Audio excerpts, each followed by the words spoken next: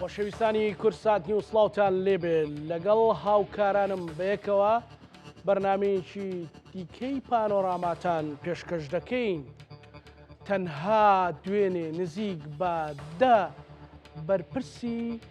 پارتی دێموکراتی کوردستان پەلاماری یەکێتی و سەرۆکی یەکێتی نیشتیمانی کوردستانیان داوە. بانگەشە بۆ حەزبەکەی خۆتەکەی، بەرنامەی خۆت باسەکەی، بەرنامەی ئایندەی خۆت باسەکەی، بەڵام وەختێک کە تۆ دێی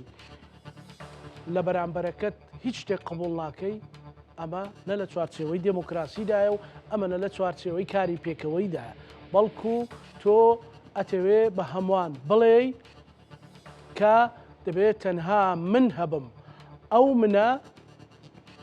بۆت ناچێتە سەر. ئەمە قسەی ئەمڕۆی یەکێتیەکانە لەسەر ئەم پەلامارانەی کە پارتی بۆ سەر سەرۆکی یەکێتی و بۆ یەکێتی نیشتیمانی کوردستانیان داوە. میوانداری بەڕێز لوقمان وەردی ئەندامی سەرکردایەتی یەکێتی نیشتیمانی کوردستانمان کردووە، بەڕێزیان لە شاری هەولێرەوە لەگەڵمانە بێ. کاک لوقمانم کاتت باش، سڵاو لێبێ، سوپاس بۆ دەرفەتەکە لە پانۆراما بەشداری. من ئەمەوێ ڕاستەوخۆلەوە دەست پێ بکەم، بۆچی تەنها لە بەرامبەر وتارێکی سەرۆک بافڵ جەلال تاڵەبانی لە هەولێر نزیک بە 10 سەرکردەی باڵا و خوارەوەی پارتی پەلاماری یەکێتیاندا. بەناوی خۆی گەورە میهرەبان، سڵاو لێوە، سڵاو لە بینەرانی عەزیز. هەر وەک لە دەستپێشی بەرنامەکەت باس ئاماژەت پێدا کە پەلامار و هێرشێکی ناڕەوا بۆ سەر سەرۆک و سەرۆکی یەکێتی نیشتیمانی کوردستان و بەڕێز کە قوڵا تاڵەبانی وەکو جێگری سەرۆکی حکوومەت و بەرپرسی تیمی یەکێتی لە حکوومەتی هەرێمی کوردستان دەست پێ کردووە کە بابەتە بابەتێکی جگەلەوەی کە بابەتێکی ناڕەوایە و هێرشەکە بە ئامانجا بۆ هاندان و هەم بۆ چاواشەکردنی بە حیسابی خۆی ڕایگشتی و هەم بابەتێکە بۆ کۆکردنەوەی دەنگ و هاندانی جەماوەری خۆیان. لە ڕاستیدا ئەوەی ئێمە لە چەند ڕۆژی ڕابردوودا لەسەر ئاستی باڵا گوێبیستی کادران و سەرکردەکانی پارتی بووین کە ئەو هێرشانی کردیانە سەر یەکێتی نیشتیمانی کوردستان کە سەراپای هێرشەکانیان هێرشی ناڕەوا بوون و هێرشێک بوون کە لەگەڵ گوتاری ڕابردووی خۆیان پێچەوانە بوو و ئێمە تەنها ئەوەی کە ئێمە لە هەڵبژاردننی ڕابردووشدا جەختمان لەسەر کردوتەوە کە ئێمە باوەڕی نەگۆڕمان وایە کە ئەبێ ڕێڕەوی حکومڕانی لە هەرێمی کوردستان ڕاست بکرێتەوە و ئەبێ کێشەکانی هەرێمی کوردستان لەگەڵ حکوومەتی فیدراڵی چارەسەر بکرێن بۆ ئەم بەبەستەش قوڵایی استراتیجی هەرێمی کوردستان بەغدایە نەک پایتەختی وڵاتانی دەرو دراوسێ. ئەمە وای کرد کە ئەو برادرانە لەبەر ئەوەی بابەتێکی تریان پێنەبوو بۆ ئەوی وەڵامێکی دقیقبی هاتن کۆمەڵێک هێرشی ناڕەوا دەست پێەکەن. بابەتێکی تر ئەوەیە کە ماوەیەکە بەرپرسانی پارتی لە سەروی هەمویانەوە سەرۆکی حکوومەت کە بەکردنەوەی چەند پرۆژەیەک چی خزمەتگوزاری دەست پێەکە. لە ڕاستیدا ئەمەش بابەتێکی سەیرە هەم لای ئێمە هەم لای هاوڵاتیانی هەرێمی کوردستان و چونکە ئەم بابەتانە لە ڕاستیدا تۆ نەک نابێ بە هاوڵاتی هەرێمی کوردستانی بفرۆشیەوە، بەڵکو ئەبێ ئەمە ئەرچی حکوومەتی هەرێمی کوردستانە کە جادەوبان دروستکە، کە بەنداو دروستکە، کە پرۆژێ ئاودێری دروست بکە، کە خزمەتگوزاری پێشکەش بکە. بەعکسەوە بێ حکوومەتی هەرێمی کوردستان لەگەڵ ئیفتیتاحکردنی هەر پرۆژێک داوای لێبوردن لە هاوڵاتیانی هەرێمی کوردستان بکە کە ئەم پرۆژانە بۆ ساڵانێک جێبەجێ بکران. لەلایەشتر ئەوەی کەمایی تێڕامان و سەرسوڕمانە ئەوەیە کە ئەم حکوومەتێکی بن کە فراوانە پێک دێ لە پارتی و لە یەکێتی و لە بزوتنەوەی گۆڕان لانی کەم وەکو سێ هێزی براوەی هەڵبژاردن لە خولی ڕابردووە حکوومەتیان پێکێناوە. شانازی بە پێشکەوتنی یان بە بەرزکردنەوەی ئاستی وەبەرهێنان لە بواری کشت و کاڵیەکەی وەزیرەکەی یەکێتیە.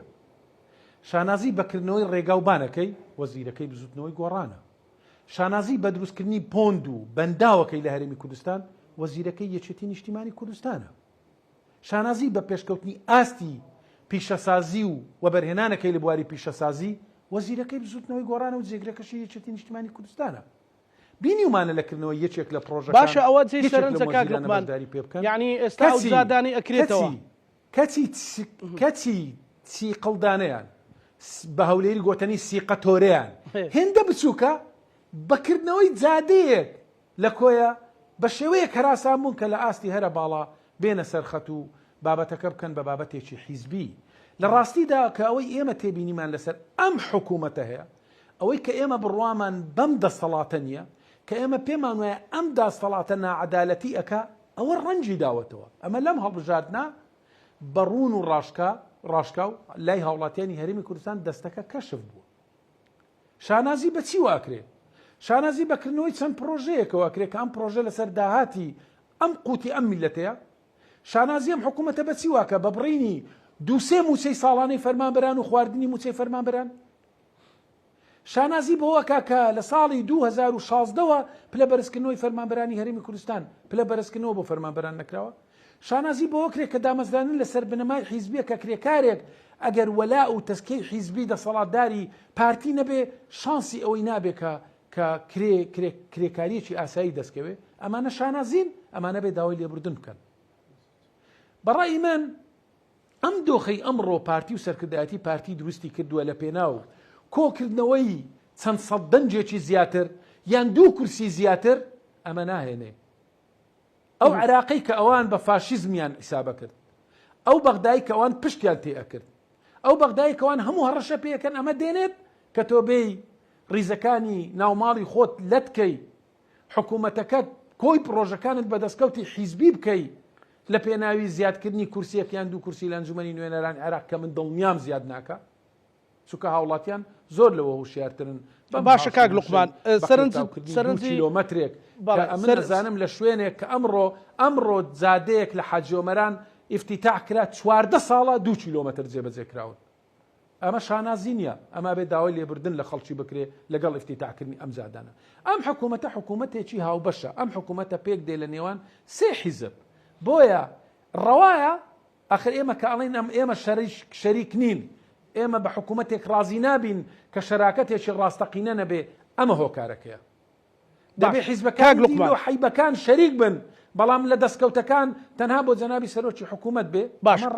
کاک لوقمان، ئەگەر هاوبەشی من بێ ئەمە شەراکەت نییە لە حکومڕانیدا. بەڵێ کاک لوقمان، بەڕێزت باسی ئەوت کرد کەواتە مەسەلەن پارتی دەڵێ حکوومەتێکی سەرتاسەریمان دەوێت، لە مێژە باز لەوە دەکەن یەکێتی ڕێگەمان نادا. باشە خۆ لە شوێنەکانی تر ئەگەر دەیەوێ حکومڕانی بنوێنێ خۆ دووتەنی ئەگەر مەسەلەن ماوەی پێشوو پرۆژەیەکی کەرتی تایبەتیان کردەوە بە خەڵکیان فرۆش پرۆژێک بە ناوی مەڕ و ماڵات خۆ دەبوو وەزیری کشت و کاڵ لەوێ بێ. مەسەلەن ئەمڕۆ دووسایدێکی 2 کیلۆمەتریان کردوتەوە لە حاجۆمەرا خۆ دەبوو کاکدانای وەزیری ئاوادانکردنەوە لەوێ بێ. ئێکەواتە هەرچی هەبووە ئەو کاک مەسرورڕە مهندیس بووە و وەستا بۆ و هەموو شتێک بۆ لەناو ئەو بابەتەدا کە سەرۆکی حکوومەتە و ئێکەوایە حکوومەتە بۆ پێک بێ با پارتی هەر ئەو حکوومەتە بە وەزیر بۆ وەزیردانێن بۆ ئەو بودجەی تەشغیلی باسەکەن و بودجە و نازانم خەرجی و مدیری عام و ڕاوێژکار و ئەو خەڵکی ئیشی چییە کەوا بێ هەموو شتێک هەر ئەو سەرۆک حکوومەتە بێ و قردێلەیەک ببڕێ و بەدڵی خۆی ڕیزێک خەڵک بخاتە سەر شاشە و بڵێ ئەوە تاوە ئێمە دەیکەن یەکێتی هیچی پێ ناکرێت. ئەی ئەو وەزیرانە کوان، ئەی ئەو ڕاوێژکارانە، ئەی ئەو مدیر عامانە، دیارە حکمی عورفیە و سەرۆکی حکوومەت قەراری حکمی عورفی دابووە لە ڕابردوودا خەڵک پێی نەزانیوە. ئەمە پرسیارێکی ینی هەڵسەنگاندنی تۆ بۆ پرسیارە چییە؟ ئاخر ئێمە بۆیە ساڵانێک ئاڵین ئەم حکوومەتە قۆڕق کراوە لەلایەن حیزبی چی سیاسی دیاریکراو کە پارتیە. ئێمە لەبەرەوە ئەڵین کۆی جونگە هەستیارەکانی حکومڕانی لەلایەن ئەم هێزەوە قۆڕق کراوە. ئێمە بۆ ئەڵین ئێمە بەرپرسیارەتی لە حکوومەتێک هەڵناگرین کە دەستکەوتەکانی بەشان و باڵ هەڵگۆتنی کەسێکی دیاری کراو بێ کە موکوڕیەکانیشی بکاتە هاوبەش لەگەڵ شەریکەکانی لە حکومڕانیدا. بۆیە ئێمەڵێن ئەم حکوومەتە ئەبێ لە ڕەگ و ڕێگەوە ڕاست بکرێتەوە. بۆیە ئێمە ئەڵین ڕازینین بەم شێوازە حکومڕانیە، ڕازی ئەبین بە حکوومەتێک کە حکوومەتێکی سەرتاسەری بێت. باشە ئەگەر داهاتی حکوومەتی هەرێمی کوردستان ئەوەندە زۆرە کە ئەو هەموو پرۆژانەی پێ بکرێتەوە، ئەی بۆ ساڵانە 2-3 موچەی فەرمانبەرێکی قوڕوەسەری هەژاری کەم دەرامەت کە کرێچیە و چاوەڕانی لە داهاتی موچەی مانگانەیە، ئەی خێرە موچەی فەرمانبەرانی هەرێمی کوردستان قوتەدەن. ئەگەر داهاتی ئەم حکوومەتە ئەوەندە زۆرە ئەی بۆ پرۆژەیەک لە هەولێرەکرێتەوە دەستان خۆش بێ. هەولێر گرینگە، هەولێر پایتەختی هەرێمی کوردستانە، بەس ئەی گەرمیانیش پایتەختی ئەنفال نییە. ئەی هەڵەبجەش 5,000 هاوڵاتی شەهید نەبووە. ئەی سلێمانیش سەرۆکی حکوومەت گوتی ئەوان ناهێڵن، گوتی ئەوان ناهێڵن، ئەوان پارەکەی دەبەن ناهێڵن پرۆژە بکرێت لە سنووری گەرمیان و هەڵەبجە و ڕاپەڕین و سلێمانی. ئەی خێرە بۆ دانانی بەردی بناغە و ئەی بخێرە بۆ دانانی بەردی بناغە و دەرکردنی فەرمانی جێبەجێکردنی پرۆژەیەک ئەیکەنە دەستکەوتی خۆی بەس ئامادەنینە 1 تاکە دینار 1 تاکە دینار بۆ پرۆژەیەک نێرن، ئەڵێ نەبێت لەسەر داهاتی ناوخۆ بکرێ کازانە داهاتی ناوخۆ بە شێوازێک لە کوردستاندا دابەش بووە کە سنووری سلێمانی کە ئێمە حەز ناکەین بە تەنها قسە لەسەر سنووری سلێمانی بکەین، چونکە ئێمە چۆن خۆمان بە بەرپرسیارە زانین بەرامبەر بە سلێمانی بە هەمان مەسافەش بەرامبەر بە دهۆک و بەرامبەر بە هەولێریش خۆمان بە مەسئولە زانین.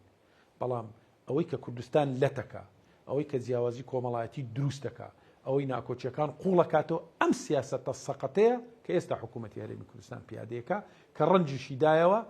لەم هەڵبژاردنە ڕووی ڕاستەقینە دەستەکە بە تەواوەتی کەشف بۆ هاوڵاتیانی هەرێمی کوردستان. بۆیە ئەوان کە گلەی ئەکەن لەکردنەوەی زادەیەک مشارەکەیان پێ نەکراوە، وەک باسم کرد لە کام پرۆژە کە وەزیرەکەی یەکێتیان وەزیرەکەی گۆڕانە بەشداری پێکراوە لەکردنەوەی نەک بەشداری پێ نەکراوە، پرۆژە کراوە ئەسڵەن وەزیری ئاوەدانکردنەوە هەر ئاگاشی لێ نەبووە. ئێوە حکومڕانیە بەم شێوە حکومڕانیەکرێ، بەم شێوە حکوومەتی سەرتاسەریەکرێ، بەم شێوە ئێمە ئەتوانین بەشداری متمانەمان هەبێ بەشداری لە حکوومەتێک بکەین کە پێمان وابی ئەمە حکوومەتێکی سەرتاسەریە و ڕنگدانەوەی هەیە لە ئاستی خزمەتگوزاری بۆ کۆی سنوورەکان. بەڵێ ساڵانێکە بە بەرنامە بەمەبەست گەمارۆیەکی ئابووری تۆندیان خستۆتە سەر ئەو زۆنەی کە یەکێتی نیشتیمانی کوردستانی تێدا باڵا دەستە کە بە تەنها یەکێتی نیشتیمانی کوردستان نییە، لای هەموو هاوڵاتیان معلومە کە زۆرینەی پۆستەکانی سنووری پارێزگای سلێمانی بزوتنەوەی گۆڕانە، یەکگرتووی ئیسلامیە، کۆمەڵی دادگەریە کە ئەمانە شەریکن لە حکوومەتی خۆجێی سلێمانی. بەمەبەست لە ماوەی 4-5 ساڵی ڕابردوو گەمارۆیەکی ئابووری تون خراوەتە سەر ئەو دەڤەرە، پرۆژەکان بەمەبەست پەچیان خراوە بۆ ئەوی بکرێتە دەستکەوت لە هەڵبژاردنێکی ئاوا بە خەڵک بفرێشێتەوە بڵێن ئێمە ئەوەینە و ئەم زنوورش ئەوە. بۆیە هاوڵاتی زۆر لەوە وشیارترە کە تۆ سەرۆکی حکوومەتێکی 4 محافەزە بی ئەکرێت 2 محافەزە گەمارۆی بخەیە سەر بە بیانووی ئەوەی کەەوە ڕێگری لەکوێ کراوە، کەی ئەوان هاتوونە پارە بێنن بۆ تەواوکردنی پرۆژەیەک ڕێگریان لێکرابێ، کەی ئەوان هاتوونە پرۆژەیەک جێبەجێ بکەن ڕێگریان لێکرابێ. کە من حەزمان نەکرد لەم بەرنامەیە بڵین ئێمە و ئەوان، ئێمە لە حکوومەتێک بەشدار بووینە و بەو نەفەسەی کە خزمەتی سەرتاسەری هاوڵاتیانی هەرێمی کوردستان بکەین. ئەمە شانازیە. کاک لوقمان باسی هاوڵاتیت کرد، مەسەلەن باسی حاجی ئۆمەرانت کرد، حاجی ئۆمەران دووسایی دێگەم بڕۆکراوەتەوە، بەڵام وەک پێشتریش بزەنابیش ئاگاداری و لەو ناوچەیە بووی و وردەزانی مەسەلەن باز لەوە دەکرێت کە ماڵ و مڵک و خەڵکێکی زۆر دەستی بەسەر داگیراوە، بە تایبەتی سەدان خێزان کە خزمانی بۆڵی و ماڵی حاجی قادری بۆڵی دەستی بەسەر داگیراوە. بەو 2 کیلۆمەترە دەتەوێت مەسەلەن ئەوە خزمەتکردنە لە کاتێکدا زەوی و مڵکی خەڵک دەست بەسەر دابگری و ڕێگەر تەنانەت بە قانونی ئەمانە شانازی نییە. لە حاجی ئۆمەرانەوە بگرە تاگاتە هەولێر و بڕۆ بۆ دهۆچیش سەدان هەزار دۆنم مڵکی هاوڵاتیان دەستی بەسەرداگیراوە، قۆرە کراوە بۆ بابەتی شەخصی، ئەمانە گرفتی گەورن. ئەو جۆچایدەی ئەمڕۆ لە حاجی ئۆمەران کرایەوە 14 ساڵە 2 کیلۆمەتر قیر کراوە، ئەمڕۆ کراوە. تەمانەمە جۆچاید نییە، 2 کیلۆمەترە بۆ ئاگاداری. ئەمە ڕێگای مەرجی پێگوتێ کە لە ئازادی دەست پێکات تا ئاگاتە جوندیان کە داهاتی مانگانی ئەم دەواازەیە لە سەروی 20 ملیار دینارە هەموو مانگانە 14 ساڵە 2 کیلۆمەتر کراوە. ئەمڕۆ مناسبەیەکی گەورەی کراوە هاوڵاتیە کە ڕەنگە لە گەرمیان ڕەنگە لە شوێنی شتێکە شارەزای منتیقەکە نەبێ بڵێ ئەمە بکراوەتە بەهشتێک بۆ خۆی. ئەم ناوچەیە تەواو معلومە لە پرۆژەی خزمەتگوزاری گەمارۆی خراوەتە سەر ئەم دەڤەری باڵەکایەتێ لە ڕووی پرۆژەی خزمەتگوزاری وێنەی نەبی، ڕێگاکەی ڕێگای مەرگە ڕۆژ نییە گەورەترین کارەساتی هاتوچۆ لەم ناوچەیەدا ڕوونەدا. ئەمە شانازی نییە، جگەلەوە شانازی نییە تۆ هاوڵاتیەک لەسەر 2 دەبە بەنزین یا 2 سندوق تەماتە یا 2 کارتۆن پسکیت 6 مانگ 5 ساڵ خێ زیندان تا تووشی نەخۆشی نەفسی ئەەکەی لەسەرەوەی کەەوە ئەمانەی بۆ سنوورێک بردووە کە هێزێکی سیاسی حیزبێکی باکووری کوردستان لەوێ حکومڕانیەکە. ئەمە شانازی نییە، ئەمە ئازادیە، ئەمە پشتیوانیکردن لە هاوڵاتیان، ئەمە دەرەنجامی خەبات و تێکۆشانی میلەتەکەمان بوو کە هاوڵاتیەکە گەر وەلای لۆ حیزبی دەسەڵات نەبێ، ئەگەر بە بەڵگەوە دەنگ نەداتە حیزبی دەسەڵات قوتە بێبڕێ نانیە بڕێ دەرەکرێ لە وەزیفەکەی. ئەگەر هاوڵاتیەک تەسکێ حیزبی نەبا ناتوانانی نووسنگەیەکی حەقارات دابنێ کە باسەترین شتە و کار و کاسبی خۆی بۆ بکە. ئەمە شانازیە، ئەمە دەستکەوتەکانی ڕاپەڕینە، ئەمە بەرهەمی خەبات و تێکۆشانی میلەتەکەمانە. ئێمە بۆ ئەو خەبات و تێکۆشانمان کرد، خەڵک بۆ تێکۆشا کە ئێمە بگەینە بەم ڕۆژگارە. بۆی ئەمانە شانازی نین، ئەمانە لەکەی گەورن، ئەمانە شەرمەزاری گەورن لەگەڵ کردنەوەی هەر پرۆژەیەک. دیسان ئەڵێ من دەبێت داوای هەوڵ لێبوردن لە هاوڵاتیانی هەرێمی کوردستان بکرێ، چکەم هاوڵاتیانە دەبوایە 15 ساڵ پێش ئێستا خزمەت کرابان. ساڵ نییە 2-3 موچەخۆرانی هەرێمی کوردستان نەفەوتێ. بۆیە حکومڕانی بەم شێوەیە ناکرێ. ئەمە دەرکەوت کە ئەم 4-5 ساڵە کۆی جونگاستیارەکانی حکومڕانی قۆرە کرا بۆ ئەوەی لە هەڵبژاردنێکی وە بە حیسابی خۆیان جیاوازی خۆیان پیشاندەن بەرامبەر هێزەکانی تر. ئەگەر حکوومەتی حیزبێکی دیاری کراوە بە تاقی تەنها پێچیان هێناوە ئەمە بابەتێکی ترە، بەڵام 2 هێزی گەورە شەریکن لە حکومڕانی. ئەی بۆ ڕۆژانە سەرکردەکانی پارتی لە سەر شاشە و کەناڵەکان ئەڵێن ئێمە 2 هێزین و هاوبەشین بۆ عیب و کەم و کوڕیەکان، دەستکەوتەکانیش بۆ ئەوانە نەبێت چەپڵیان بۆ لێ بدەین. ئەمە لەکوێی دنیادا جێیە بێتەوە، ئەمە لەکوێی حکومڕانیدا، ئەمە لەکوێی شەراکەتدا شوێنیە بێتەوە. بۆیە ئەبێ یەکێتی نیشتیمانی کوردستان هاوڵاتیان و دەنگدەران ئێستاش لەو ناوچانە بێ ڕای گەمارۆکە کاک لوقمان دەستیان بەسەر زەوی و زاری خەڵکیش داگرتووە. بێگومان دەیان کێشەی مڵکداری لەم دەبەرە و لە ناوچەکانی تری کوردستانی تەیە، کاکە لە عنکاوەشەیە، لە هەولێریشەیە، لە دهۆچیش مڵک و ماڵی هاوڵاتیان گرفتی هەیەمە. بۆیە من ئەمەوێت لەم لە ڕێگەی ئەم بەرنامەیەوە هاوڵاتیانی هەرێمی کوردستان دڵنیا بکەینەوە کە یەکێتی نیشتیمانی کوردستان ناچێتە حکوومەتێکەوە، کە ئەگەر حکوومەتی تەواوی هاوڵاتیان نەبێت، کە ئەگەر ئەم سیاسەتە سەقەتەی ئێستا پێڕۆکە بەم شێوەیە بێ سەرۆک و سەرکردایەتی یەکێتی قەرار نادا شەراکەت لە حکوومەتێکی ئاوادا بکە. باش بۆیە ئێمە گەشببینین و ئومێدی زۆرمان هەیە و دڵنیاحاڵەتێکی ئاوا باز لەوەی حکومڕانی لە هەرێمی کوردستان ڕاستەکرێتەوە و حکوومەتە بی دامەزراوەکانی حکوومەت دامەزراوەی خزمەتگوزاری تەواوی هاوڵاتیانی هەرێمی کوردستان بن، نەک هێزێکی سیاسی دیاریکرا و مزایدەی پێبکە و بیوێ ڕایگشتی پێچەوەشە. باشە باسی ئەوە کرێ ئەڵێن یەکێتی و پارتی ڕێککەوتون لەسەرەوەی کە تۆم بن لەگەڵ یەک بۆ ئەوەی دەنگ بێنن، بەڵام ئەمە فەرعێکی پرسیارەکەمە گەر وەڵام دەی دوای ئەوە ئەم ئێوارەیە لە تەلەڤیزۆنێکی پارتی بەراوردێکیان کردووە لە نێوان سەرۆکی حکوومەت و جێگری سەرۆکی حکوومەت کە گوایە مەسرور بەرزانی بەس پرۆژە کاتەوە کاقوبات تیکتۆکی داناوە. هەر بەڕاستی کاقوبات بەس تیکتۆکی داناوە لە ناو حکوومەتە هیچ دەستکەوتی نەبووە. وڵا بۆ بابەتی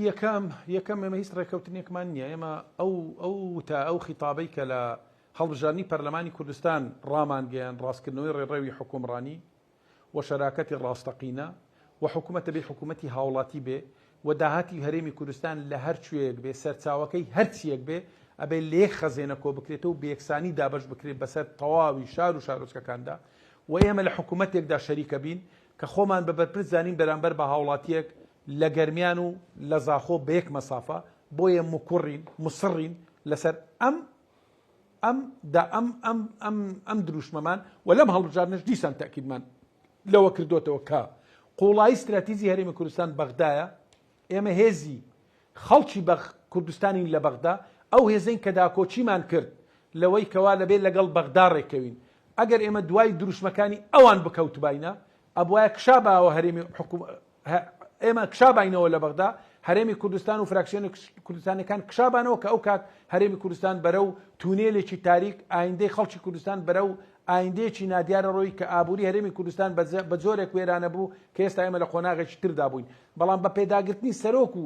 سەرکردایەتی یەکێتی نیشتیمانی کوردستان ئەوانمان ناچار کرد بێنە سەرڕای ئێمە کە لەگەڵ بەغدا ڕێکەوین ئەو ڕێکەوتنەی کە بناغەکەی سەرۆک بافڵ جەلال تاڵەبانی لە شانزەی حوتی ئەم ساڵی ڕابردوو ئەو ساڵ بناغەکەی دانا و سەرنجام ڕێکەوتنەکەی لێکەوتەوە. ئەمە لەلایەک بەدیوێکی تردا قوبا تاالبانی کۆڵەگەی ڕاگررتنی هاوسەنجی بووە لە حکوومەتی هەرێمی کوردستان. قوبا تاالبانی بوو ساڵی 2021 سەرۆکاتی شاندی هەرێمی کوردستانی کرد بۆ ئەوەی لەگەڵ بەغدا ڕێک بکەوین و ئیستحقاقی هەرێمی کوردستان لە چوارچێوەی بودجێ عێراق جێ بکەینەوە. قوبا تاالبانیە کە بە سیاسەتێکی ڕاست و ڕەوان ڕون و ڕەوان لەگەڵ کۆمەڵانی خەڵکی کوردستان مامەڵاکە نەک کۆمەڵانی خەڵکی کوردستان بە شێوازێک چاوەشە بکە. ئەمە خۆی لە خۆیدا جێگای پرسیارە. ئەگەر ئێمە لە حکوومەتێکین بۆ بەتەنها سەرۆکی حکوومەت پرۆژە بکاتەوە، بۆ بەتەنها پرۆژەکان بکرێنە دەستکەوتی سەرۆکی حکوومەت. بۆی ئەم کەناڵە درۆزنەی کە جەنابەت باسی ئەەکەی و ڕۆژانە هەواڵی ناڕاست بڵاوەکاتەوە، ئەمە بۆتە ئەو کەناڵەی کە هاوڵاتیان بەتەنزەوە باسی ئەەکەن و کەس بڕوا بە چاوەشەکاریەکانی ئەم کەناڵە و ئەم بێژەرانش ناکا کە ڕۆژانە هەواڵی سەیر و سەمەرە بڵاوەکەنەوە. ئەمە بەشێکیتی بەشی دووەم ئێمە هیچ پێویستیمان بە ڕێکەوتن نییە لەگەڵ پارتی بۆ ئەوی بین هەڵمەتی هەڵبژاردن بکەین. ئێمە پێویستیمان بەوەیە گەماروی ئابووری بخاتە سەر دەبەرەکانی کوردستان. ئێمە پێویستیمان بەوەیە کە ڕێکەوتن بکەین بۆ ئەوەی پرۆژەکانی سنووری سلێمانی پەکبخا. بۆیە ئەمە قسەی بێبنەمایە کە هەندێک خەڵک سوشال میدیای کردووەتە مینبەر بۆ ئەوی کە ئەویش بە شێوازێک لە شێوازەکان دەنگ کۆ بکاتەوە. گەن کەی ئێمە ڕێکەوتن ئەەکەین؟ ئێمە نەچوینە پاڵ حکوومەتێک یەک ساڵ ئێمە گفتوگۆ ئەەکەین، ئامادە نەبووینە بچینە پێکهێنانی حکوومەتێک کە حکوومەتی خزمەتگوزاری تەواوی خەڵکی کوردستان نەبێ. ئێمە داوای چی ئەەکەین؟ ئێمە داوای ئەوەمان کردووە لەم حکوومەتە ئەبێ یاسا سەروەر بێ، ئەبێ دادگاکان سەربەخۆ بن، ئەبێ هێزی پێشمەرگەی کوردستان هێزی خەڵکی کوردستان بێ، ئەبێ دەستگا ئەمنیەکان دەستگا ئەمنی نیشتیمانی بن، ئەبێ جیاوازی لە نێوان هاوڵاتیەک نەکرێت دام و دەستگاکانی حکوومەت، ئەبێ فرسەتی کار دامەزراندن کار و کاسبی پێوەری حیزبی نەبێتە پێوەەر بۆ فرسەتدان و زەمینە سازی بۆ کار و کاسبی هاوڵاتیان کە ئەمڕۆ لە پایتەختی هەرێمی کوردستاندا بە شێوازێک موسەسات و دام و دەستگاکانی حکوومەت قۆڕح کراون بۆ هێزێکی سیاسی دیاریکرا و نەفەسی کارکردن نەفەسی ئازادی ڕادەربڕین نەماوە بۆ هێزەکانی تر. خەڵک خەریکە خنچێ لە چوارچێوەی ئەو هێزەی کە فشارێکی هێزگار زۆر ئەکا لەسەر خەڵک بەس لە پێناوی کۆکردنەوەی چەند سەد دەنگێکی زیاتر. ئێمە شەریک ئێمە ڕێکەوتن لەگەڵ ئەم هێزە ناکەین بۆ بانگەشی هەڵبژاردن. بەڵام لەگەڵ هاوڵاتیانی خۆمان بەڵێ فەرموو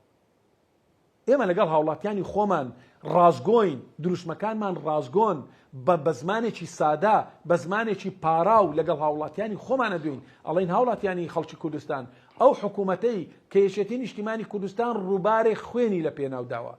ئەو حکوومەت و دام و دەستگا ئازادیە لە هەرێمی کوردستان دام و دەستگا دەستوریانەی لە هەرێمی کوردستان هەنە ئێمە بە مڵکی خۆیان نەزانین چونکە قوربانیمان بە باشترین لە ڕۆڵەکانمان بە باشترین لە فەرماندەکانمان بە باشترین لە سەرکردەکانمان داوە. ئەو ئازادیەی کە ڕابەری مەزنی گەورەی گەلەکەمان سەرۆکمان جەلال هەموو ژیانی خۆی لە قەندیل لە شاخە سەربەستەکانی کوردستان بەسەر برد و کۆڵی نەدا تا ئازادی بۆ گەلەکەمان بەدەستهێنا. ئێمە ئەمە بەدام و دەستگای خۆمان نەزانین. بۆیە ئێستا کە قۆرەخ کراوە کە مامەڵەیەکی ناتەندروستی لەگەڵ کراوە ئێمە خەباتەکەین لە خەباتی دیموکراسی لە خەباتی پەرلەمانی لە پێناوی ڕاستکردنەوەی ئەو خوار و خێسیانەی کە ئەمڕۆ لە حکومڕانی هەرێمی کوردستان دانا. بۆیە ئێمە پێویستیمان بە ئیتفاق و ڕێکەوتن نییە لەگەڵ پارتی، بەڵکو داوامان لە پارتیە کە ئەبێت دام و دەستگای هەرێمی کوردستان دام و دەستگای نیشتیمانی بن بۆ هەموو هاوڵاتیانی خەڵکی کوردستان بەیەکجا و بەیەکسانی تەماشە بکەن. بۆیە ئێمە ئەمە داوا و داخوازیەکانی ئێمە خەباتی دیموکراسی پەرلەمانی لە پێناو ڕاستکردنەوەی ئەم خوار و خێسانە ئەەکەین کە ئەمڕۆ لە جارێکی تر دێمەوە سەر ئەو پرسیارەی ڕەوایە کە تەلەڤیزۆنێکی زۆر نزیکی سەرۆکی حکوومەت ڕێگە بە خۆی بدا کە وا پیشانی بدا کە سەرۆکی حکوومەت و جێگرەکەی ئەوە بەراوردەکەیان بێ لە کاتێکدا خۆت باش دەزانی مەسەلەن کاقوبات ئەندازیاری بە ئەلکترۆنیکردنی حکوومەتە کە بایۆمەتری و ڕێخستن و ئەو قایمەی موچەی کە جاران ڕسمی قایمەکەیان بە مۆبایل دەگرت و دەیاننار بۆ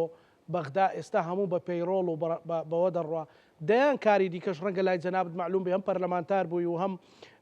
سەرکردایەتی یەکێتیت بێت بڵێ ئەمە دەستکەوتەکانە مەسەلەن ئەمە ڕەنگە دڵی هەزارانی یەکێتی زۆر ئازار دابێت. ئەم کەناڵە کە زەمانێکی کەمە دامەزراوە ئەوەندەی کار بۆ چاواشەکردنی ڕای گشتیەکە، ئەوەندەی پڕۆپاگەندەی ناڕاست بڵاوەکاتەوە، ئەوەندەی تۆی دووبەرەچی ئەچێنێ. ئەمەدا بڕواناکەم خزمەتی بە پرۆسەی ڕاگەیاندنی هەرێمی کوردستان کردبێ. من پێم وایە هەر ئەسڵەن ناویشی ناهێنم چونکە شایستەی ناوهێنان نییە لە بەرنمەیەکی وادا ئەمە لەلایەکی تردا لەلایەکی تر ئێمە بابەتەکە هەڵبژاردن نییە ئێمە بێن وەسفی سەرکردەیەکی خۆمان بکەین بەڵام لای هاوڵاتیانی هەرێمی کوردستان ڕوونە کە بناغەی بە ئەلکترۆنیکردنی سیستەمی موچە و بایۆمەتری قوبەت تاڵەبانی بوو هەموو ئەو دەستکەوتانی کە ئەمڕۆ هەنگاوەندرێ لە حکوومەتی هەرێمی کوردستان ئەگەر هەنگاوێکی چاکسانی درابێ بناغەکەی لەسەر دەستی قوبەت تاڵەبانی دانراوە ئێمە ئەمە بۆ ئەوشمان نییە بیکەینە دەستخەوتی شخصی کاقوباتیش حەز ناکە ئێمە بیکەینە دەستکەوتی شخصیوی ئەگەر ئەم بابەتانە بە حیزبی نەکرابان ئێمەش ناچار نەبووین باسی بکەین بەڵام ئەمە ڕاستیە کە قوبەت تاڵەبانی شەو ڕۆژی خستۆتە سەریەک لەم حکوومەتە لە پێناوی بنەبڕکردنی گەمدەڵی دروستکردنی سیستەمی چەسپاندنی سیستەمی بایۆمەتری ڕێخستنەوەی سیستەمی موچە و کۆمەڵێک هەنگاوی گرنگ کە دەرەنجامەکانیان ئێستا و بەشێکیان لە ساڵانی داهاتوودا دەرەکەون بۆیە ئەمەی ئەوی ئەوڕۆ ئەمانە شانازی پێکەنەوەی کەینە دەستکەوتی حیزبی ئەمە خۆی لە خۆیدا بەڕاستی کارێکی یەجگار خراپە و حکوومەت ئەگەر حکوومەتێکی ئیتلافی هاوبەشە دەستکەوتەکانی ئەبێ بۆ شەریکەکان بن ناکرێتەوە لە عیبداریدا هێزەکانی ترت پێش شەریک بێ لە حکومڕانی بەڵام دەستکەوتەکانیش کۆ بکەیەوە لە شخصێکی دیاری کراوە ئێمە لە بەرنامەی تریش ئاماژەمان پێکرد لە زەمەنی کۆڕۆنا 80 میلیۆن دینار درا بۆ دەربەندیخان لە سایتی حکوومەتی هەرێمی کوردستان یەک لاپەڕەی تەواوی لەسەندرا بوو کە ئەمە لەسەر فەرمانی بەڕێز ڕێزدار نازانم چێ سەرۆکی حکوومەتی هەرێمی کوردستان 80 میلیۆن دینار پێشکەشی شارۆچکەی دەربەندیخان کرێتە کە دەربەندیخان شایستەی ئەوەیە یەجگار زۆر خزمەتی بکرێت بۆیە ئەم حکوومەتە لە بیدایەتەوە لەسەر بنەمایەکی سیاسەتێکی چەوت وە کۆکردنەوەی کۆی دەستکەوتەکان لە شخصێکی دیاری کراودا کارەکانی کردو هەر بۆیەش ئەگەر بیری هاوڵاتیانی خۆشەویست بێنینەوە تێمی ئێمە چەند جارێک بایکۆتی پرۆسەی حکومڕانی کرد لە هەرێمی کوردستان بایکۆتیان کرد فترەیەک نەچوونە کۆبوونەوەکان بۆ ئەوەی کە چەند جارێک دانیشتن کرا بەڵێنیاندا کە ئیتر بەم شێوازە مامەڵە ناکەن بەڵام ئێستا دەرکەوت لەو هەڵمەتی هەڵبژاردندا ئەمای لە ساڵانی ڕابردوو کراوە پەخستنی پرۆژەکان گەمارۆخستنە سەر سلێمانی و ئیدارەی ڕاپەڕین و گەرمیان ئەمە بەمە بەست بووە من یەک نمونە بۆ دێنمەوە پردێک لە ڕاپەڕین کرا لەسەر دەربەندی ڕانیە جەنابیشت شارەزای لەم پردا وابزانام 11 میلیارد دینار پرۆژەکەی بوو بەڵێ بۆ بەردی بناغەکەی ڕئیسی حکوومەت سەرۆکی حکوومەت هات بەردی بناغەکەی دانا بۆ افتتاحەکەش خۆی هات بۆ ئەگەدەری یەک تاکە دیناری بۆ تەرخان نەکرد ئێستاش بڕۆ سەیری قایمەکەی بکە مانگانە 150 میلیۆن تا 250 میلیۆن لە داهاتی مەرزی چێلێ تەرخانەکرا بۆ کۆمپانیای جێبەجێکار تا پرۆژەکە تەواو بوو کە تەواو بوو هەر ئەو کەناڵە چاواشەکاری تۆ باسەکەی هات ڤیدیۆیەکی کرد و پرۆژەیەکی کردی و کردیانە دەستکەوتی شخصێکی دیاری کراوە ئەمە حکومڕانی و شەراکەت بەم شێوازە ناکرێ و دەیان پرۆژەی ترکە لەم دەڤەرە ئەگەر کرابێت بە لەسەر داهاتی ناوخۆ لە هیچ حیزب و سیستەمێکی حکومڕانی ئەندێمی دنیادا شتی وابوونی نییە تۆ شارێک داهاتی بێ پرۆژ بامەت بۆ تەواوکەم ئیجازەم بدە لە سیستەمی هیچ حکوومەتێکی دنیادا لە سوودان و مۆزەمبیقەوە بگرا شتی وان نەبووە شارێک داهاتی هەبێ پرۆژە بکە داهاتی نەبێ نابێ پرۆژە بکە باش لە هیچ سیستەمێکی حکومڕانی دنیادا بۆ 14 ساڵ پرۆژە یاسای بودجێ لە پەرلەمانی کوردستان نەبێ سەرۆکی حکوومەت بە ئیشتیهاداتی شخصی پارە تەوزیع و تەخشان و پەخشان بکە لە کوێی حکومڕانی دنیادا لە چه سیستەمێکی حکومڕانی دنیادا مە شوێنی ئەبێتەوە پرۆژە یاسای بودجە نییە شارێک داهاتی هەبوو ئەبێ پرۆژە بکە نەیبوو نییە لە هەموو دنیادا داهات لە هەرکوێ بێ سەرچاوەکەی هەرچیەک بێ ئەبێ لێک خەزێنە کۆ بکرێتەوە ئەبێ لە چوارچەوەی پرۆژە یاسای بودجە لەسەر چڕی ژمارەی دانیشتوان یا پێداویستی داوچەکان ئەبێ پرۆژە دابەش بکرێ بەسەر شار و شارۆچکەکاندا ئەی هاوڵاتی کفری و کەلار ئەی هاوڵاتی ئیدارەی ڕاپەڕین ئەی هاوڵاتی هەڵەبجە و گەرمیان و سلێمانی ئەی هاوڵاتی ناوچەیەکی تری دوورە دەست ئەی هاوڵاتی ئەم هەرێمەی کوردستانە نییە ئەی خەباتی نەکردووە لە پێناو ئەم گەلەدا ئەی دەستکەوتەکانی حکوومەتە شەریک نییە تێدا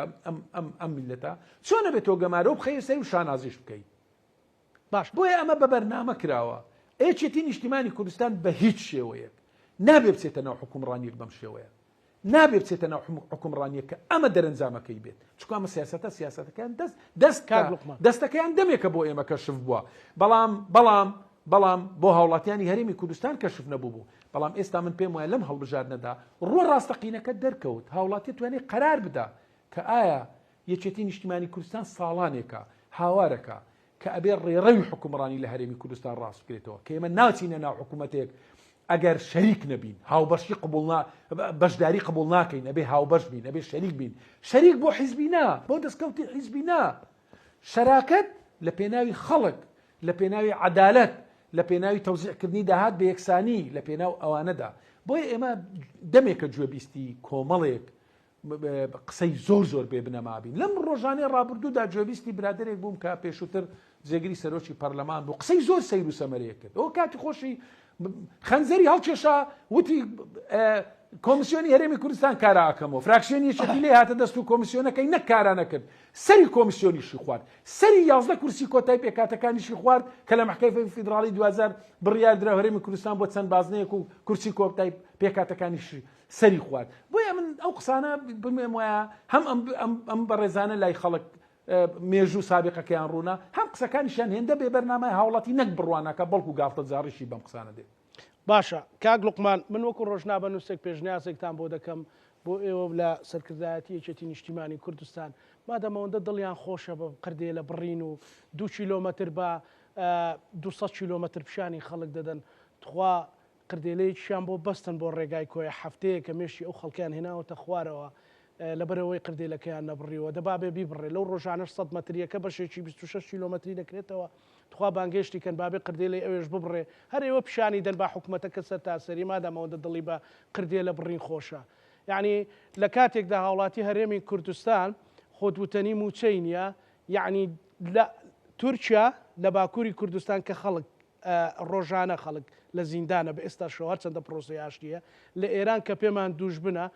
دەیان ئۆتۆبان هەیە لەوێ دەیان ئۆتۆبان هەیە لە باکووری کوردستان توخوا ئێمە بێن تازە باسی دووسایی دێک بکەین و گۆمارە و خستنە سەر شار و شارێ بکەین دەوەڵا و پێشنیازەشی بۆ بکەن بابێ ئەمڕۆژ پێ 6 کیلۆمەترێک لای ئەلبیسەکە کرایەوە لە ناو شاری سلێمانی بەخوا دەبوو ئەویش بێ قردێلەکەی ببڕێ قەیستەکە خۆمادەم دڵی بە قردێلە خۆشە ئەو ئۆفەرێ بدەنێ نابێ وڵای ئێمە بەکردنەوەی هەر پرۆژەیەک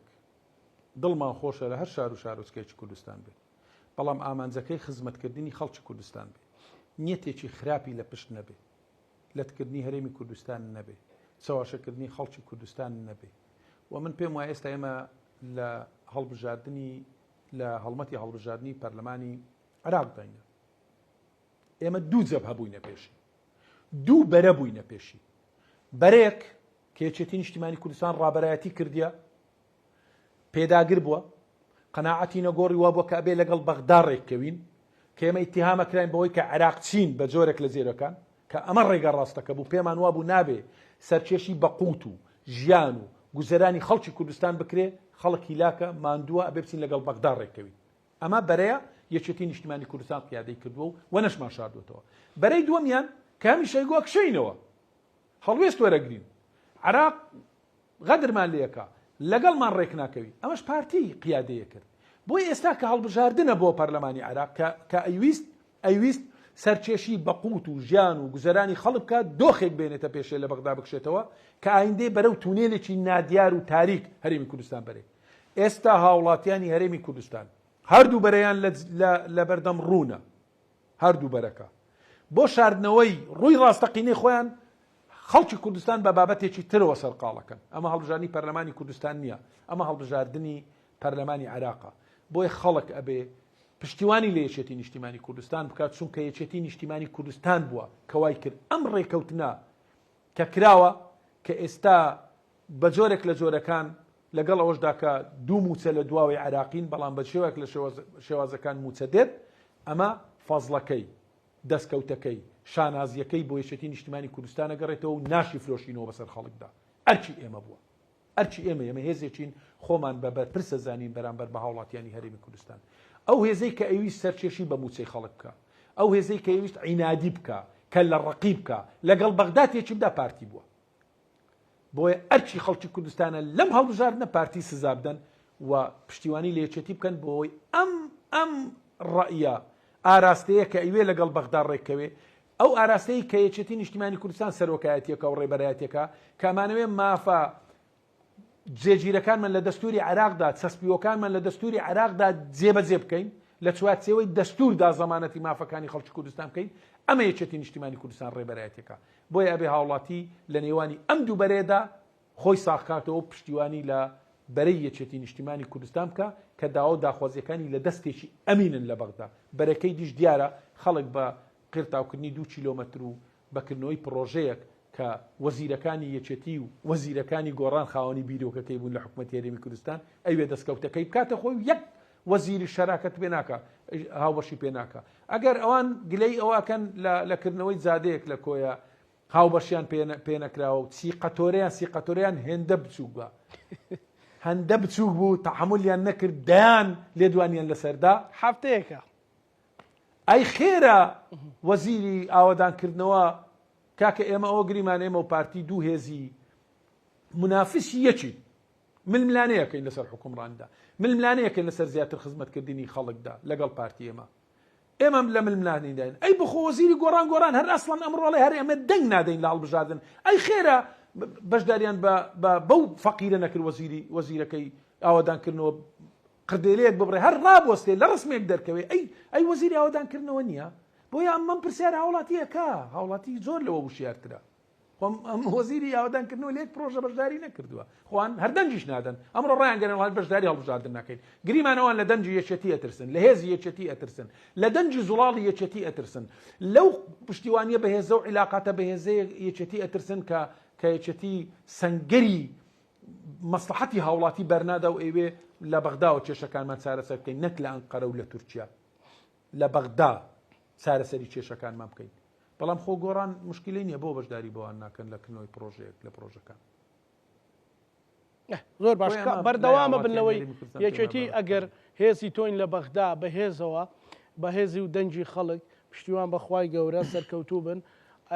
مکوڕ و سوورە بن لەسەرەوەی کە کێشەی موچەوە بەڕێز قوبات تاڵەبانی گوتی بە پینە و پەڕۆنا لە ڕیشەوە چارەسەر بکرێ بۆ داهاتوو و چیتر ئەو یاریکردنە بە مقدسات و مقدراتی ئەو میلەتە نەکرێ یەکێتی نیشتیمانی کوردستان وەکو چۆن لە ڕابردوودا هەم خاوەنی پێگەیەکی بەهێز بووە لەسەر ئاستی عێراق لەگەڵ هێز عێراقیەکان پەیوەندیەکی لە مێژینەی دوور و درێژەیەکان پەیوەندیە لە مێژینەیە لە سەرۆک مامزەلالەوە بۆمان ماوەتەوە سەرۆک بافڵ درێژەی پێدا بە هیچ شێوەیەک سەنگەری داکۆچیکردن لە مافەکانی خەڵک چارەسەرکردنی موچەی مۆچەخۆران لە بەغداد بۆ هیچ هێزێکی تر چۆڵ ناکەین نەک چۆڵی ناکەین مکڕین لەسەر ئەوەی نابێ بیر لەوە بکرێتەوە کێشەی کورد قەزەی فەرمانبەران کێشەی موچەخۆران ببرێتە پایتەختی وڵاتێکی تر سەودا و مامەڵی پێ بکرێت تەنها و تەنها لە بەغدا چارەسەرەکرێ ئەمەش تەنها بێچێتی نیشتیمانی کوردستانەکرێ بۆیە جەخت دەکەینەوە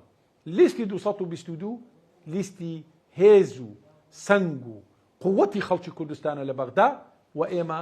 ئەمە ئەمانەتێکی مێژوویە بە هەمان نەفەسی خەباتی شاخ